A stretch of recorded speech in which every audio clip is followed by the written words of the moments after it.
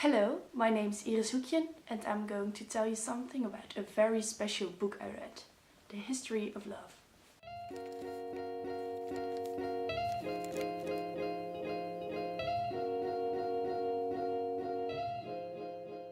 I'm going to start with a quick summary. And I have to say, giving a summary about this book is quite a hard thing to do because this book is quite complicated. It has a few different storylines that will eventually come together, but it's very hard to summarize them. But okay, we have two main characters. One is Leopold Gursky and the other is Elma Singer. And Leopold Gursky, or Leo, lived in Poland during World War II. And when he was 10, he fell in love with a girl and they had a romance for about 10 years. Until she had to move to New York when things got too dangerous in Poland because of the war. A few years later, he goes to New York as well to find his lover there. But he finds out that she's already married with another man and that she's raising a child, a son. And she tells him that that son is his. The book starts with Leo telling you this story about his background, his history actually. And he is grown old now. He is about 85 years old and he still lives in Manhattan.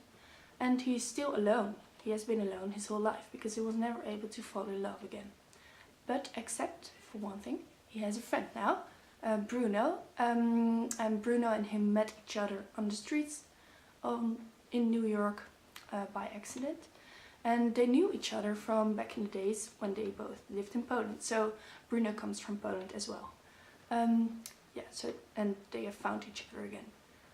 But there's something weird about Bruno and I'm going to talk about that later. The other main character is Elma Singer. She is a young teenage girl who lives in New York as well, together with her mother and her little brother. Her father passed away a few years ago.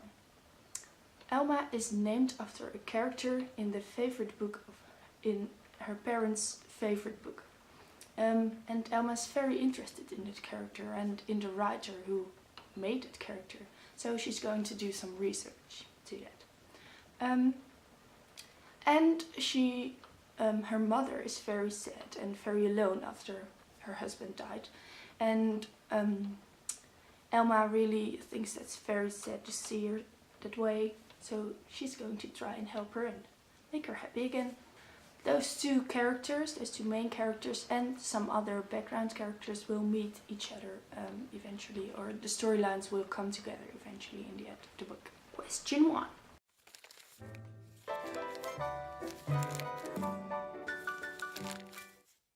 I'm going to answer this question about Leo. And I think Leo does change throughout the story. First of all, he transforms from being a very sad and pessimistic person to an optimistic person. And that has everything to do with getting a purpose again in his life. Because for a long time he really didn't have a meaning. He isn't able to see his son. His dream girl is married with another man. He stops writing, so for a long time his life was quite meaningless actually. But throughout this book he finds some purpose again. He starts writing again and he decides he wants to meet his son, and deciding those things really gives him some power and strength to go on with his life and kind of make something about it, make something from it. He changes in other aspects as well. Leo has always been a very lonely person. He doesn't really have friends except for Bruno. But no one really 100% knows his story, except in the end when Elma and Leo meet each other. Because for the first time he has found someone who 100% understands him and knows his story, and that's a very big development. Question 2.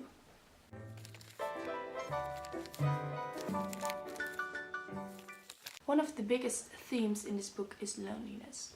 And my quote has something to do with loneliness as well. It's a dialogue between Elma and Leo when they meet each other for the first time. And Leo explains who Bruno is and what happened to him. And it's a very sad, I found it quite sad part of this novel, and yeah, I'll explain why. But first I'm going to read it. Who is Bruno? Talk about invisible. But who is he? He's the friend I didn't have. He's the greatest character I ever wrote. He's dead. He died on a July day in 1941. So, the thing what just happened is that Leo tells Elma about Bruno, and she tells him, he tells her that Bruno is dead, and he is dead since 1941, which means that he and Bruno never met in New York, because he died long before he ever could go to New York, which means that Bruno comes in a lot of scenes. He has a few dialogues. There are a few dialogues between Bruno and Leo, but it actually means that it was Leo on his own all the time, because Bruno was his imaginary friend. He didn't exist. It was his greatest character. And I found that a very sad and heartbreaking part of this book, because all the times that you as a reader think that he has a friend, and he really loves Bruno, and as a reader you think, oh, that's so nice for him to have a friend, but in the end he really doesn't have a friend. It's an imaginary one, and I found it very sad and heartbreaking. Question 3.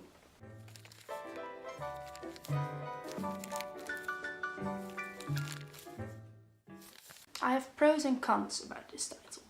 First of all, what makes this title suit the novel is that this book really is about the history of love. It's about the history of love of Leopold and his lover. Their love story plays an enormous role throughout the whole story, and without their history of love, this book wouldn't be the same. So yeah, it plays an enormous role. The second thing that's good about this title is the fact that in this book, The History of Love, there's another book that plays a huge role, and that book is called A History of Love as well. And that book is a very important motive in Nicole Krauss's novel. It's kind of a red line between all of the characters and different perspectives. By this novel, they all come together and they all have a meaning together. And without the book The History of Love in Nicole Krauss's novel, the book couldn't exist. It can't exist without it. So, but the title has some cons as well. When I heard about this book for the first time, I expected, because of the title, a very cheesy love story, which I don't mind really, by the way, because I sometimes love reading predictable novels. But when I started reading in this novel, it really surprised me, and because it isn't a sappy story at all. It's really touching, and it's real, and it's beautifully written. Sometimes a bit weird, but in a good way, and yeah, very funny, and it's just really not what I had expected. So I would say its title could be a little bit misleading, and I'm afraid some people wouldn't go for this book if they only had heard about the title, and that's a shame, because more people should read this book. but I still understand why Nicole Krauss chose this title because of the previous pros that I mentioned and yeah, the previous benefits that the title has. Unfortunately, my book vlog has come to an end. I hope you enjoyed watching it.